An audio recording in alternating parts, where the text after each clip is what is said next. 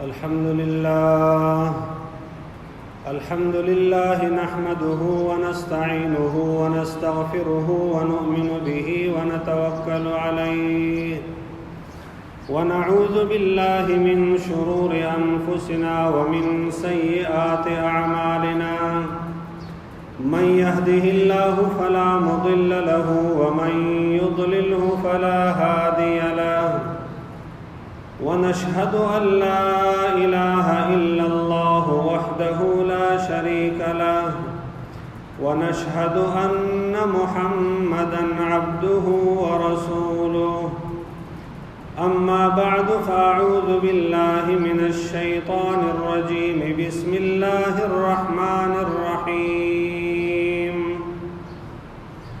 يا أيها الذين آمنوا اجتنبوا كثيرا من الظن إن بعض الظن إثم ولا تجسسوا ولا يغتب بعضكم بعضا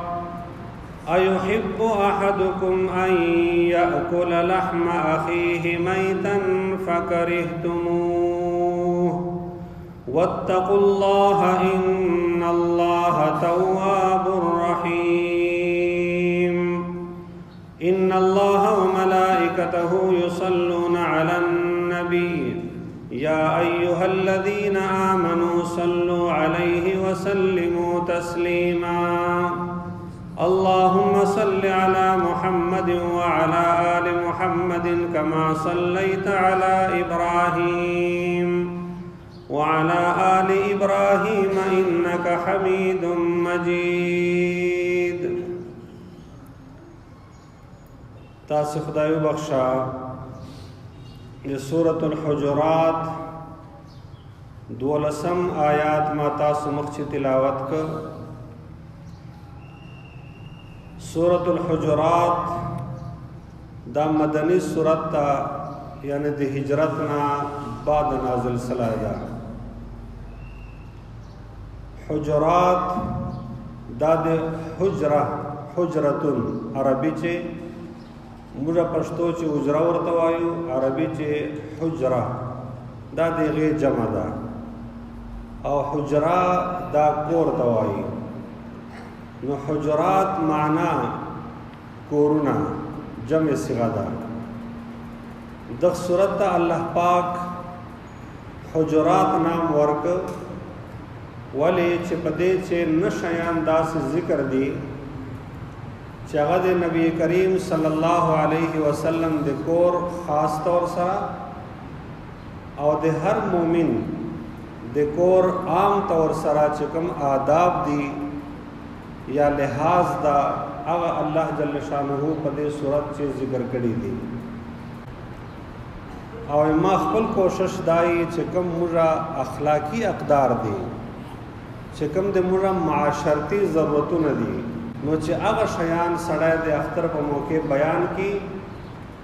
اور سره به دا دعا کو چې الله دې ما ته او تاسو ټول ته د عمل کولو توفیق راکړي په دغه آیات چې الله جل شانه خطاب کوي مؤمنانو ته یا ایها الذین آمنو اے ایمان والو اجتنبوا کثیرا من الظن تاسو اجتناب کو تاسو ډیر لره اوسو تاسو خپل جان بچ کو د ډیر قسم ګمان نه ظن وای ګمان تا خیال تا ان بعد الظن اثم زکه چې بعض ګمان هغه ګناه ایمان نن تقریر موضوع دا صرف ګمان د چې ګمان دا څه شاید دغه چور غټه ګناه ده او دې کومه سزا ده او موږ په دغه بیماری چې چور مبتلا یو د ټولو نه اوله خبره دا ده چې په دغه آیات چې درې شیان الله پاک مشت ذکر کړی دي اولنا شاید دا چې د ګمان نه بجان ډېر لره ساتي الله دا نه دی ویلي چې ګمان کول حرام دي بلکہ اجتنبوا کثیرا من الظن تاسو د ګمان نه جان ډیر لره ساتو ځکه چې ګمان دا ګناه ده. دوم شی الله پاک فرمایي ولا تجسسوا، تاسو یو بل پسې تجسس مکو، د چا په حالاتو باندې ځان خبرولو کوشش مکوه. دریم شی الله پاک دا فرمایي ولا یغتب بعضکم بعضا، د یو بل غیبت مکو. تجسس او غیبت دغه دواړو لپاره بنیاد اتا اولنا شاید چې هغه ته ګمان وایي، اتا خیال اتا ګمان دا تا تجسس طرف ته بونجي، دغه نه بعد د غیبت طرف ته بونجي. او دوستانو دا درې وړه شیان دا کبیره ګناهونه دي. دا څه شی دي؟ کبیره ګناه. د آیات په آخر چې الله فرمایي واتقوا الله، د الله نه وډارسو، ان الله تواب الرحیم، ځکه چې الله ډیر زیات توبه قبلونکی ده او ډیر د رحم کوونکی ده. چونکه دا یو داسې بیماری ده چې دی چې عموما اکثر خلک مبتلا دي او ډیر زیات مبتلا دي. نو ځکه الله پاک فرمایي چې ان الله تواب الرحیم، اې د ما بنده پریشان کېږه، ما خیر د که اوسه پورې دې کړي، نن توبه وباسه زه به دې بیا هم معاف کړو، ولې چې زه ډېر زیات توبې قبلونکی او ډېر زیات رحم کوونکی یم. دوستانو ظن دا چیش ته وایي؟ عربی چې ظن ورته وایي، موږ ګمان ورته وایو. ظن هغه شي ته وایي چې ته په خپل ذهن چې یو ګمان یو خیال وکې او بیا په هغې باندې ته خپل ذهن لا خپله عقیده لا خپل یقین جوړ کړې چې هاو دا خبره داسې ده. لکه مثلا وړوکی مثال به درکړم. نبی کریم صلی الله علیه وسلم د خپلې کوروالی سره ماخوستن مانځه نه بعد ناوخت ټایم ده، په لارې باندې کور ته روان دي. نو دوه صحابه جلیل القدر صحابه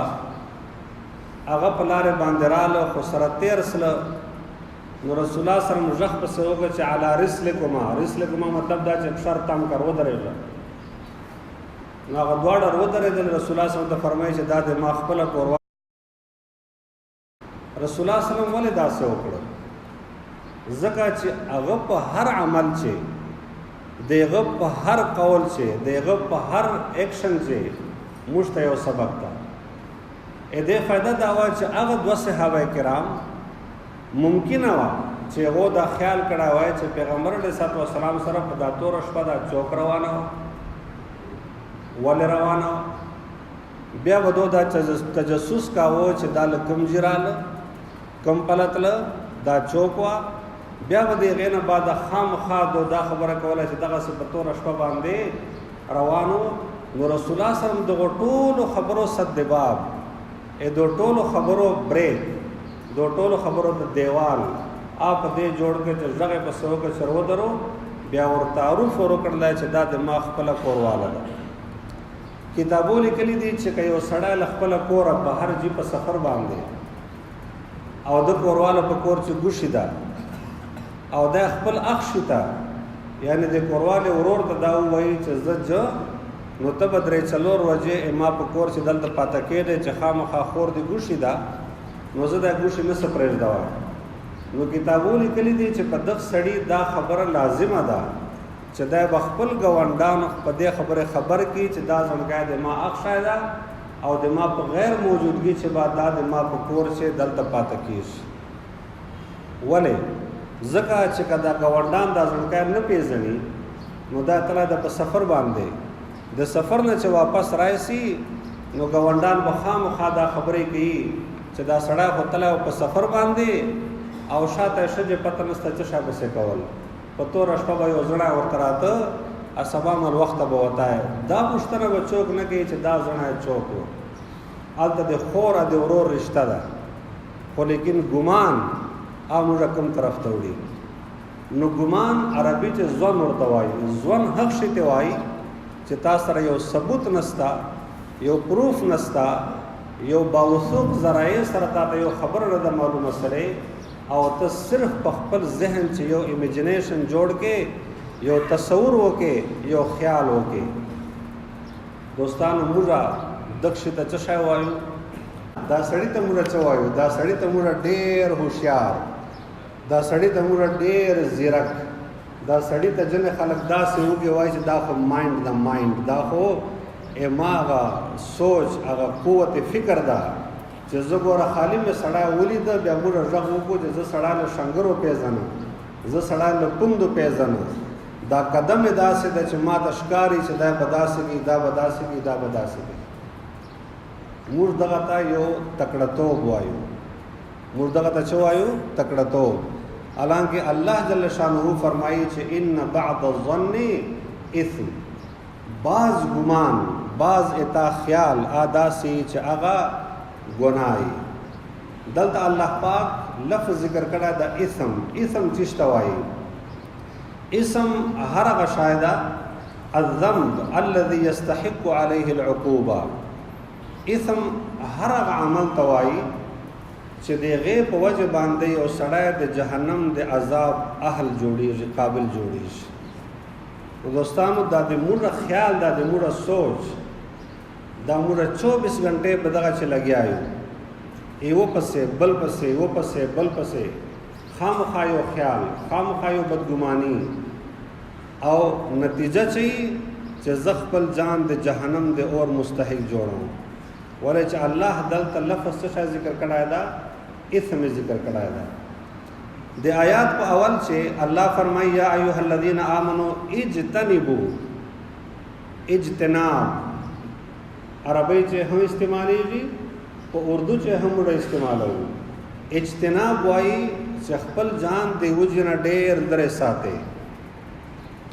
سوال دا پیدا کېږي چې الله پاک دې عمل ته حرام ولې نه وویله؟ موږ خدا وایو که نه چې دا شی حرام ده، ناجایز ده، خو دلته خدای پاک دې شي ته حرام نه وویله، بلکې الله پاک فرمایي چې اجتنبوا کثیرا من الظن، د ګمان نه ډېر لرې جان ساته. دې وجه څه ده؟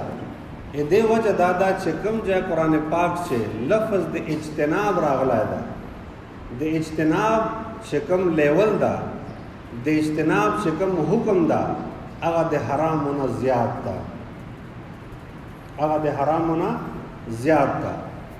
دې چې بتاو ستاسو د قرآن پاک صرف 2 آیاتونه بیان کړ، بیا بتاو ان شاء الله خبره په هغه چرای سي سم چرای سي.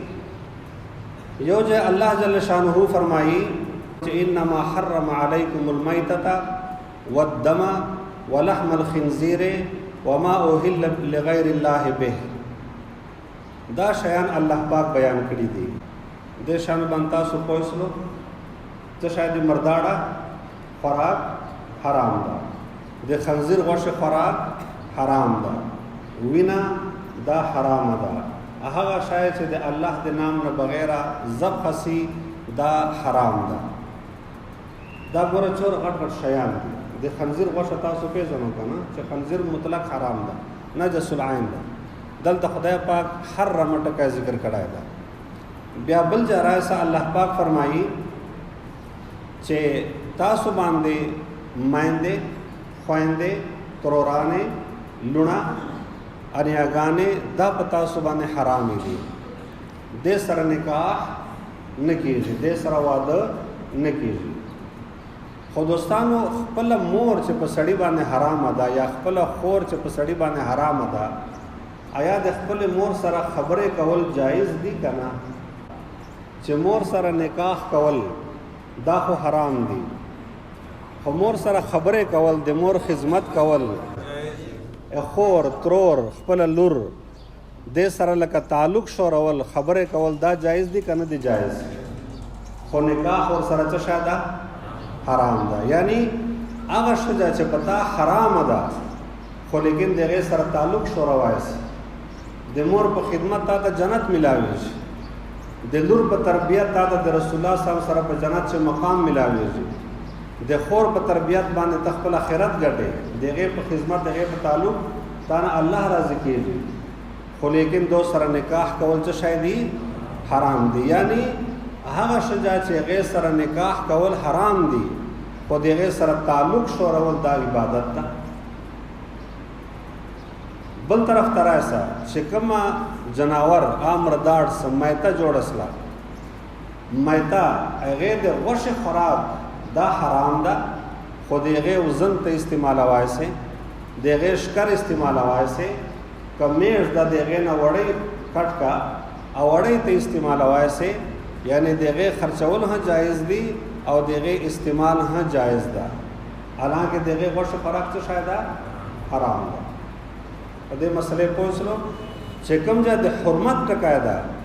هلته موږ ته بیا هم یوه لار شته چې د هغې سره موږ خپل تعلق وساتو له هغه شی موږ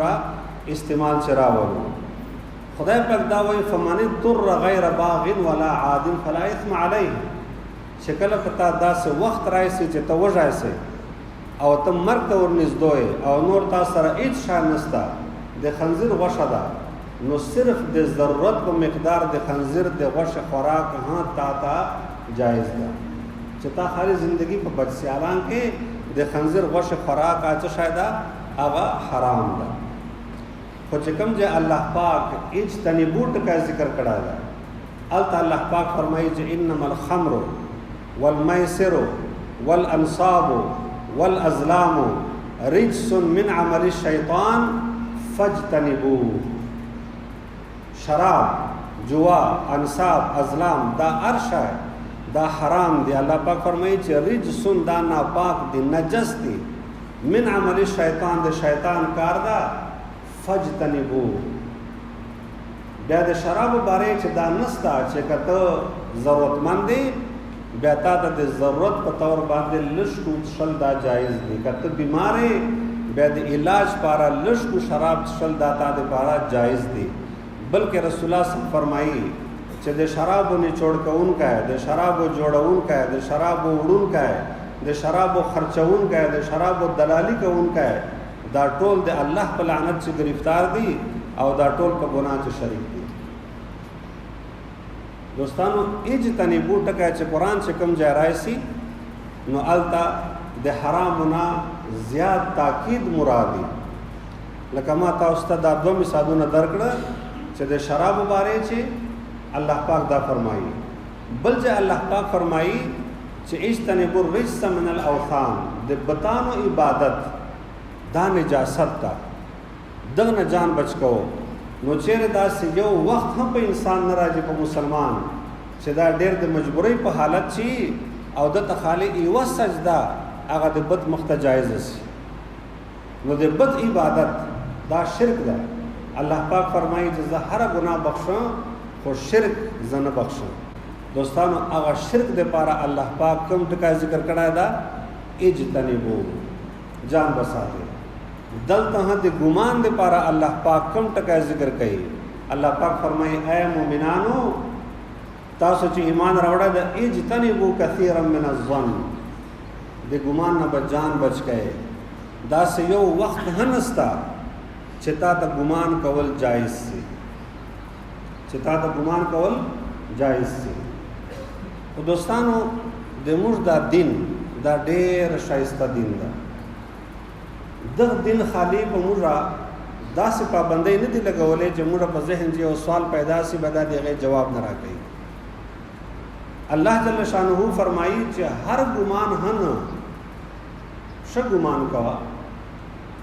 یو جنکۍ یا زنکا دې ولیدل نو ته دا ولې وایې چې بای دا ګرل فرینډ بوای فرینډ دی دا خو ملګری دی دا خو یار ده. ته دا ولې نه وایې چې خور او ورور دی. بیا د که زړه چې ډېر شکې خو بیا ورسه سلام په واچوه هغه غوندې نن سبا خو فیشن ده ورته ایکسکیوز می دا د څه ده بیا به درته ووایي چې خور مې ده کیسه ختم شوه. ولې بدګماني کوي؟ یو سړی دی چا کور ته ځي راځي اور خو ځان چې دوره ایمان دوره غیرت دوره اخلاص پیدا کړه. تنقید نه اعتراض نه پیغور نه یاد لره اخلاص الله رضا دپاره. اسړي سره چې نه چې وروره تا کور ته دا سړی راځي خالي خپل ګمان خپل آخرت بچاو دپاره په دې مې پوه کړه چې دا د څه ده. او به درته ووایي چې دا مې اخ شی ده لا مې مما ده لا مې تره ده لا مې ورور ده ما کور ته جی راځي خپل آخرت دې بچ که له تجسس نه هم پاتسلې له غیبت نه هم پاتسلې خدا ایمان خو موږ کې نسته دا ایمان خو دا خو د یک سړي کار ده چې هغه په الله باندې ایمان لري خدای پاک ځکه یا ایها الذین آمنو یا ایها الناس الله نه دی ویلي ایمان چا چې ده ایمان هغه سړي چې دا چې لا یخافون لومة لائم دې خبره پروا نه کوي چې خلق بچوي بلکې دې خبره پروا کوي چې د الله حکم چدا دا د ایمان تقاضا ده ایمان تقاضا موږ په ځای پر شدا موږ سره غم دې چې شي موږ غم دې خبره کو چې خلق بچوي خلق بچوي خلق خلی ولی خپل کار وکړي اتا تعلق له الله سره د تک جان ته مؤمن وای نو بیا له جان مؤمن جوړ کا بیا لا یخافونا لومة لائم بیا د خلق پروا مکوا الله جل شانه فرمایي چې کتابو لیکلي دي چې سوء الظن په نور خلقو د نور خلقو باره چې دا ګمان دا کم سړی کوي دا تاسو ته پته ست ډیره خطرناک خبره ده ما خپل دوستانو ګرځي روزه دا خالی د نیمه غنټه تقریر د پاره مهنت کړای دا خو ما ویل چې خبره تاسو ته وکړه چې د موږ د تاسو ټول آخرت بچي چې د کوم سړی اندرون باطن دا ګنده ده دغه سوچ هم ګنده ده او چې د کوم سړی باطن صفا ده دغه سوچ هم صفا ده او یو مؤمن سړی رسول صلی الله علیه وسلم فرمایي چې لیس المؤمن بالطعان ولا اللعان ولا الفاحش ولا البذيء د مؤمن سړی پرون جمعه چې ماته صدا خبره کړې وا چې ایمان دا مسلمانی دا په منځو پاودسو پروزو په تبلیغ په چلو په اعتکافو پروز په عمرو په حجو په دې نه ده مؤمن څوک دا او په ځنا رسول الله صلی الله علیه وسلم فرمایي چې مؤمن هغه دا چې دا په بل باندې لعنت نه کوي نن ته فیسبوک پیج تر واړه چې چا خبره کړي بل لړ کمنټ دا گئی کنه چې تم په لعنت هو دینه بغیر بل ټکای او دا چې کوم سړی دا وایي چې پتا د لعنتي دا سړی جان ته نو ګوري چې ز په کم لیول رسول الله صلی فرمایي چې کله سړی چې ایمانی خدای په بل باندې لعنت نه وایي خو چونکه د چې ایمان نسته ځکه دا په بل باندې لعنت وایي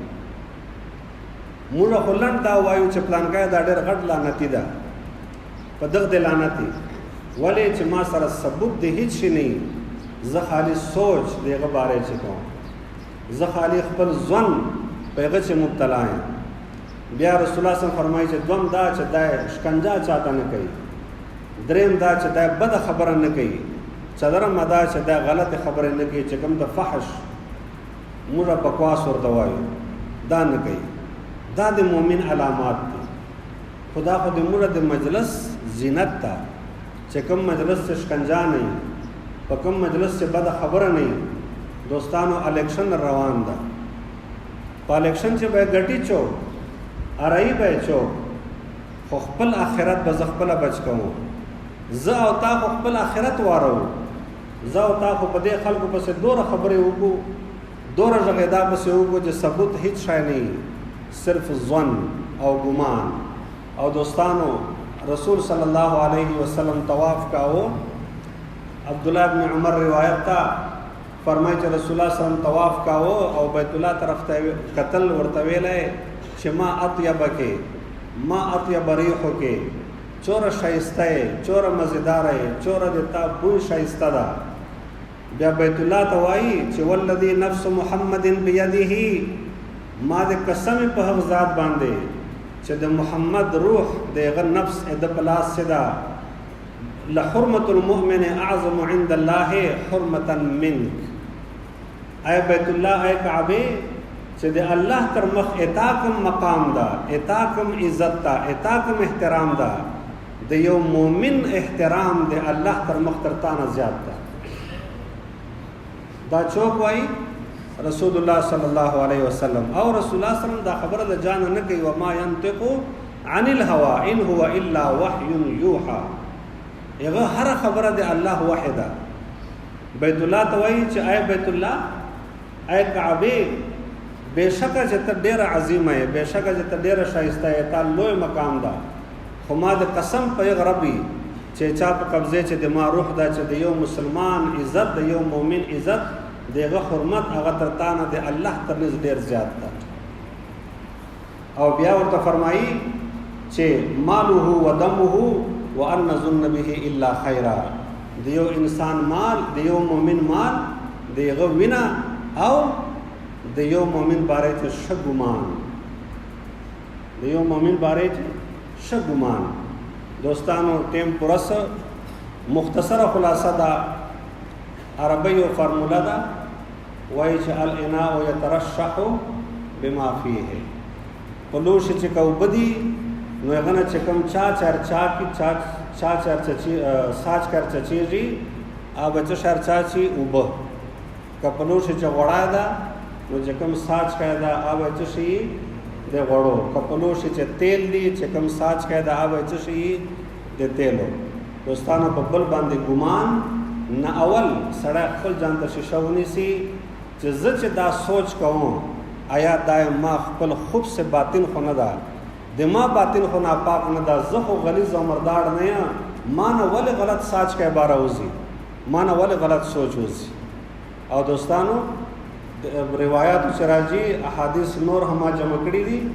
چې مؤمن سړی چونکه باطن صفای لہذا آپ بل باندې ښه ګمان کوي، آپ بل د پاره عذر غواړي، آپ بل د پاره بهانه غواړي، آپ بل باندې بدګماني نه کوي. الله پاک دې موږ تاسو ټول د ذهنو حفاظت وکړي. اوس مانځه د پاره تیاری کوو. دوستانو دې د پوهې اول دې نن کوم کیږي ا دې غنه بعد په پای خطبه هر بدل مو واجب دي، نو په پچ نو ورو چې کوم ثواب دا سړی ته نه ویلاږي، لہذا خطبه تر اخره مختصره خطبه ان شاء الله دو علمین ډېر آسان به دوه رکعاته لمونځ کوم د کم اختر الله اکبر، او بیا به دوه رکعاته لمونځ اول رکعت د سبحانك اللهم نه بعد درې تکبیرونه دي، تکبیرونه په وضو په لاس پورته کوو، بیا به لاندې لاس وځړوو، دوه رکعات تکبیرونه اول درې تکبیرونه دي، په څلورم تکبیر به ان شاء الله رکوع ته ځو.